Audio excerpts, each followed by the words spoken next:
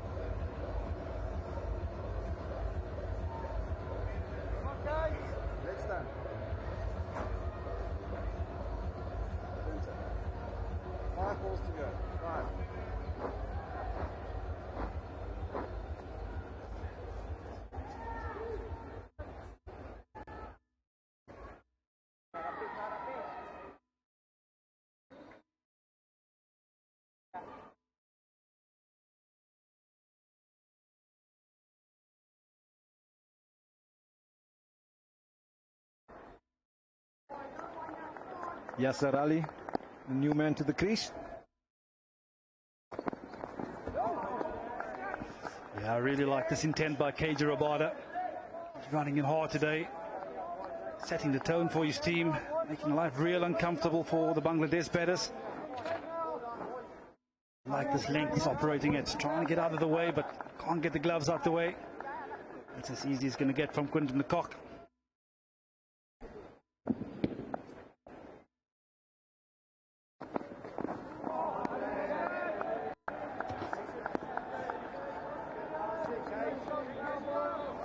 Going to be a different type of challenge for Yasser Ali today. Played really well in partnership with Shakib Al Hassan at Supersport Park during the first ODI of the series, but coming in at 23 for 3 today, going to present a different challenge. Oh dear! Put down! Needed it, need this pressure to continue, but not been able to keep a hold of that. Yanaman Malan, Mushfiqu, correction, Yasser Ali escapes.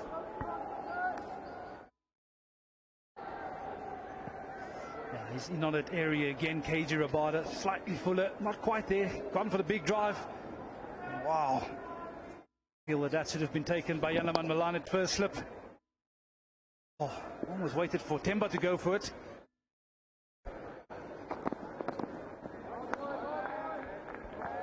And that's always a danger. Let's just watch the wide ball by KG, but that's always the danger when you start out at the Wanderers, because there's an extra bit of bounce. As a batting unit, you have to adjust, you have to get used to that. You have to allow yourself to get in, but I think South Africa's really set a good tone here. Adrian Holstock and Murray Erasmus, the two men out in the middle, officiating. The decision, that's wide again. First one for height, that one too far outside off. Yeah, not be called upon too much in terms of making LBW decision. Bounce also important for the umpires as they consider. Just doesn't pick that up, and I don't know if he's looking towards Bavuma, who's at second, because he hasn't gone for that really. He's sort of trying to cover Bavuma first of all, and then realizes he's got to go for the catch, and so it kind of ends up grabbing at it. Yeah, it's a late decision, isn't it? It's a late decision from Yanaman Malan to go for the catch.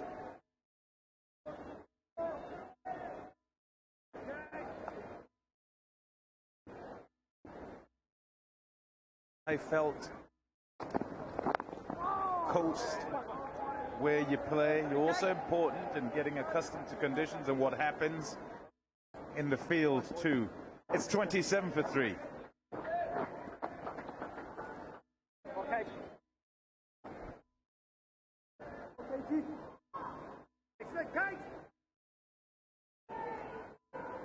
Bit more zip.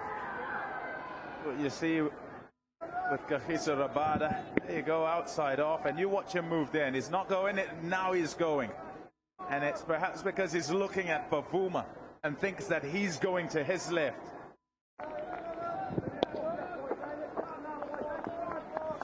There's definitely a little simmy from Bavuma. Yeah, you feel that should have been taken. It's a comfortable height as well.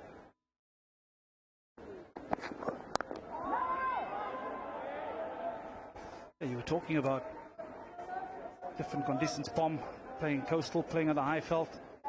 Up here, you always feel that slippers will always be in play. The field will always be a little bit more square because of the pace and bounce. Let's just have a look at this. The average bounce in the first 8 overs. Up here, the Wanderers, you'll always find that it's a little bit steeper than what it is everywhere else in the country.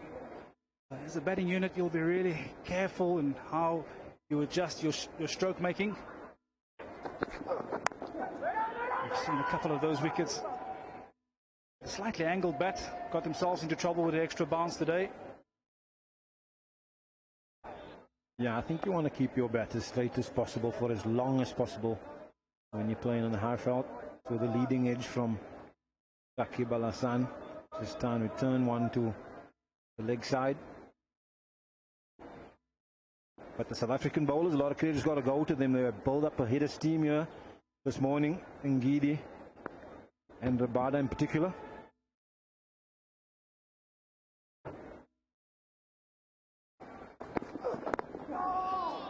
It makes the world of difference, so when the potency of your attack up at the front can be effective. And South Africa, and I'll look to Ngidi particularly, and so even in times where he's been expensive at the start of one-day games for South Africa, what often would happen is he might go for somebody who'll get 2.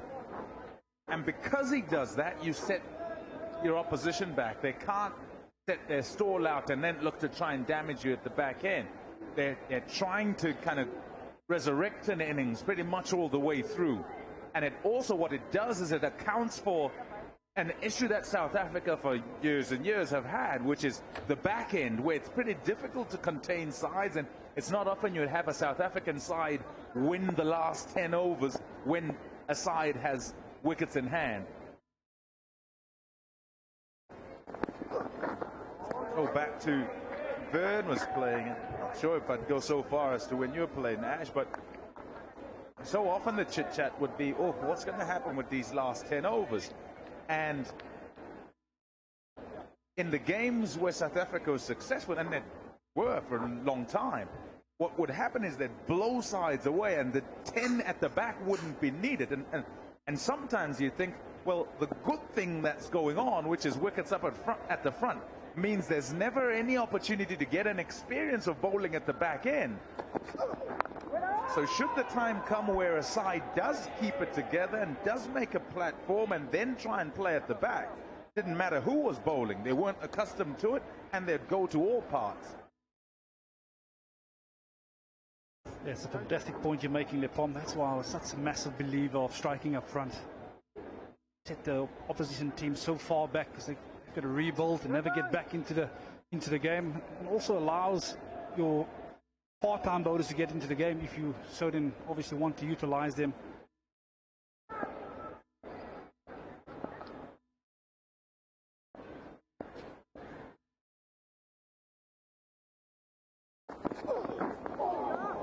Yeah, fabulous start here, and that's not good as you're batting to see one stay down when mostly there's been a lot of bounce. It's 28 for 3.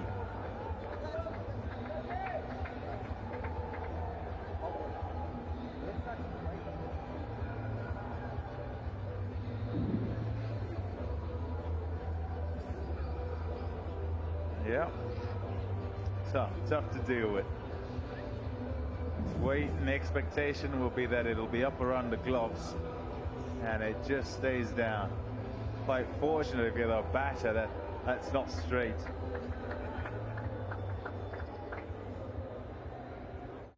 Yeah, it's good to see a couple of faces in. Crowds missing them. Oh, there's a shout. There's a shout.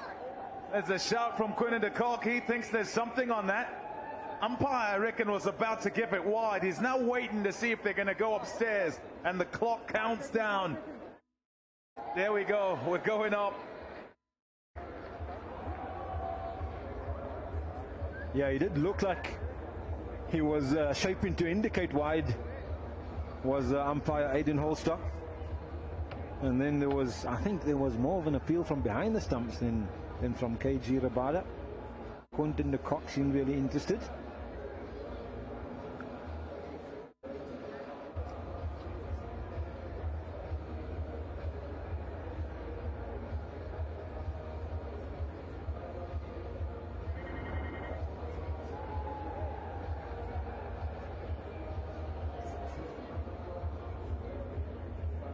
Here we go. Here we go. Yeah, Nada. line when the ball passes the bat. Okay, I'm satisfied. There's no bet involved. Adrian, you can stay with the original decision of not out. Stand by. You're on screen. Signal now. Flat line, flat line, flat line. And there's the signal. He had already turned, you know, he was going to give it wide. It was that wide. Quentin de Kock will take one on the chin for that one. He's the one went up. He's the one convinced Bavuma to go upstairs. Bold. Good leave. And I was listening to Sean Pollock talking about the way guys leave on pitches that bounce quite a lot, and Mushfiqur Rahim doing it exactly right. The dismissal of Litton Dust, where he's trying to get under the ball rather than above it. He too, instead of just kind of sway out the way, need to get the hands go down. And it's where he made his error. Yeah, Mushfiqur Rahim and his trigger movement uses the crease a little bit more, goes a little bit deeper into the crease, so he allows himself a little bit more time. It's a very good technique when you're playing on the high felt on pitches with a bit more bounce. But from a South African point of view, and I'd like to bring Vernon in on this one, 29-30 for 3, and South Africa only operating with one slip at the moment. KG is bowling a good spell. There's a second slip coming now for the new batsman, which is Yasser Ali, but at 29 for 3. Ball still quite hard to win a bit. Vernon?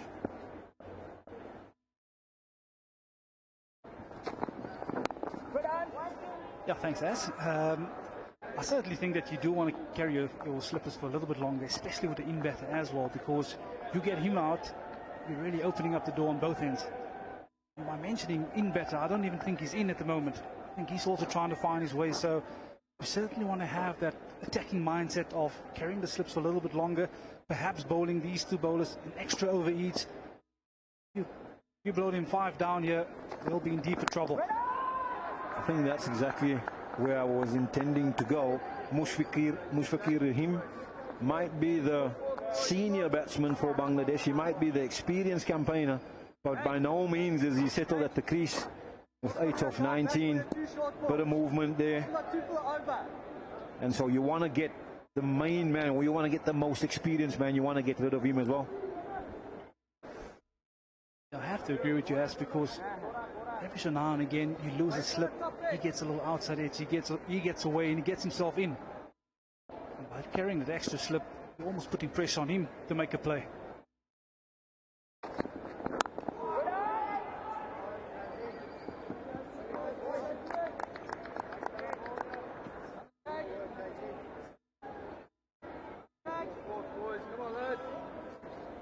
Mark was in there at second slip.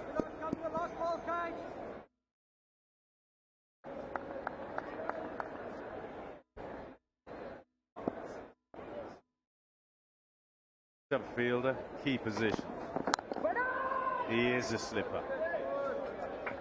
Nkiti, I think, is the man who's off. It's 30 for 3.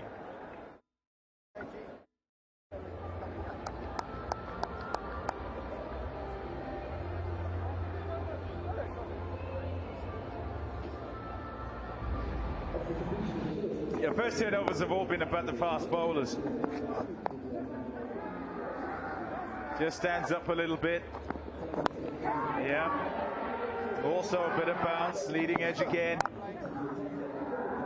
A couple of shots here and there. They've made 30 in the 10 overs, and they're below the average, which is 45 for 1 here at the Wanderers. There's what I was talking about in trying to get out the way. Rather than just sway, need to get the hands down. And that needed to be taken. And if it was, then 4 down, it's even worse a position. But in terms of South Africa, they'd be that much happier. Needed to make a statement, needed to respond to how good Bangladesh were in game 1. They were so good, superior. Here's Parnell. Starts leg side. The follow-up, always important. In a fielding side, what you get is a tempo set by those that start up. And when it is set, as a change bowler, you've got to ensure when it's good, you carry it on. And that's the case here. Absolutely, and Wayne Parnell is back into international cricket, back into this ODI side for South Africa. Fairly good record there, but he needs to continue this good start by the Proteas. Once again, we saw one in the last over from the same end, from the corner drive end. Lungi Ngidi going past the outside edge with one keeping low, possibly just hitting a crack outside or stump, and Wayne Parnell seems to have hit that same spot. Fortunate it's not on the line of the stumps. We have seen a few keep low as well. Tell you what, that's the last thing you need is a batter bomb. I don't worry about batters. Ever.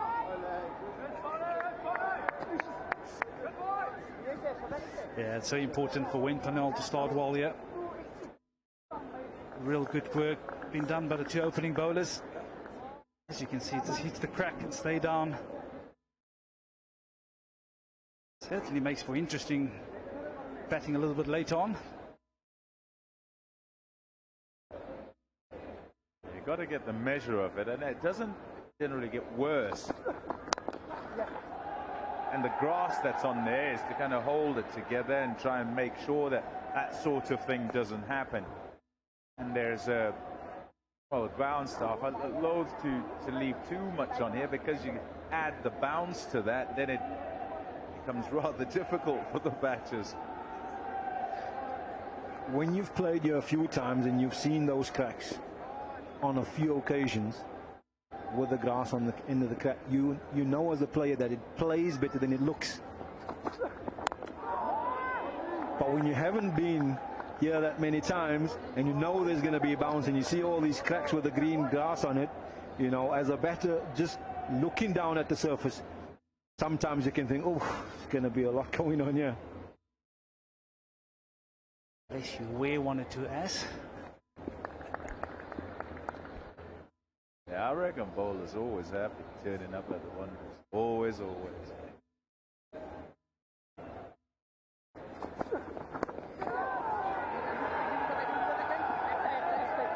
Yeah, didn't carry to fine leg.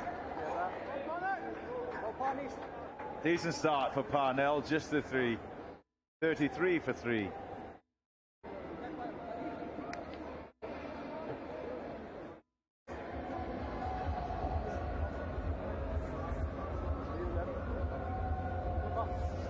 Fantastic start by Ngidi and Rabada. Really set the tone for South Africa. Picked up the 3 wickets for 29 runs between the 2 of them. 10 overs. It's really up to the backup bowlers to make sure that they keep the foot on the brake pedal.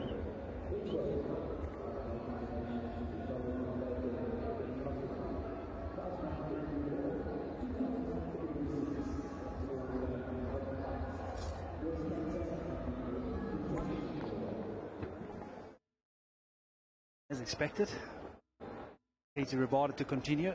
He's got his tail up today. He's really running in hard for South Africa.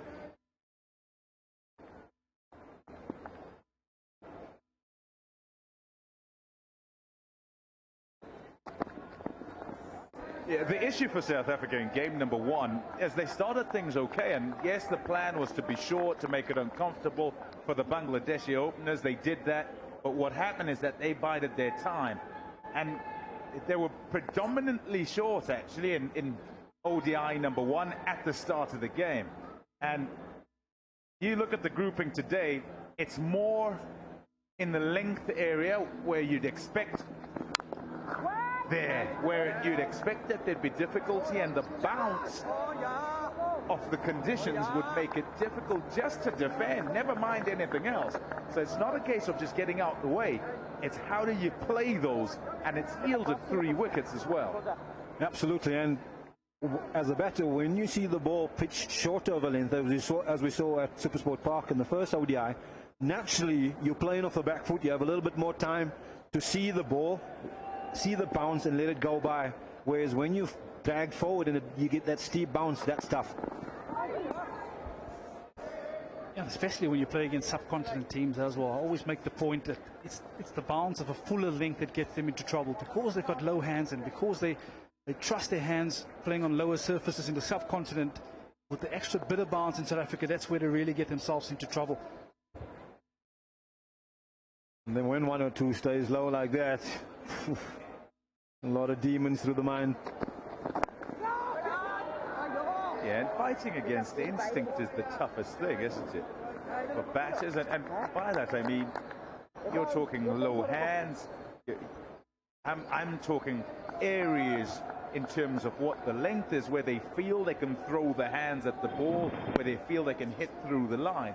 And that sort of length is similar here at the Wanderers. In the subcontinent, they might drive, but here at the Wanderers, they're sort of going forward and having to defend it there. And so trying to get that balance as they try to adjust to conditions, it's very difficult. Absolutely, Paul, and I think that's where your batting consultants become so more important, understanding the different conditions that you find yourself in, understanding the different patterns of play. At the Wanderers, we all know you've got to respect that new ball, get through the new ball phase. I think South Africa's done very well here. Up in the air, gone. There's another bounce again. It's Rabada again. Yeah, the extra over has worked for South Africa.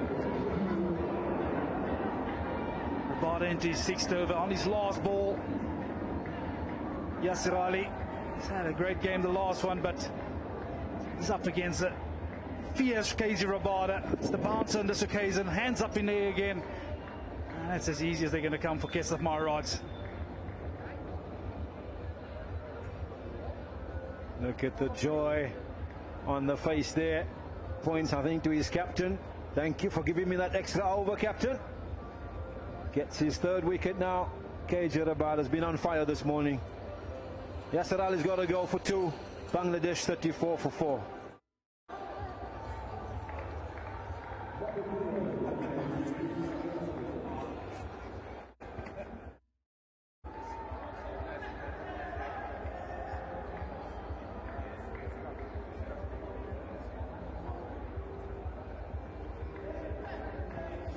Yeah, Rabada, he's got the bouncer spot on, angled in.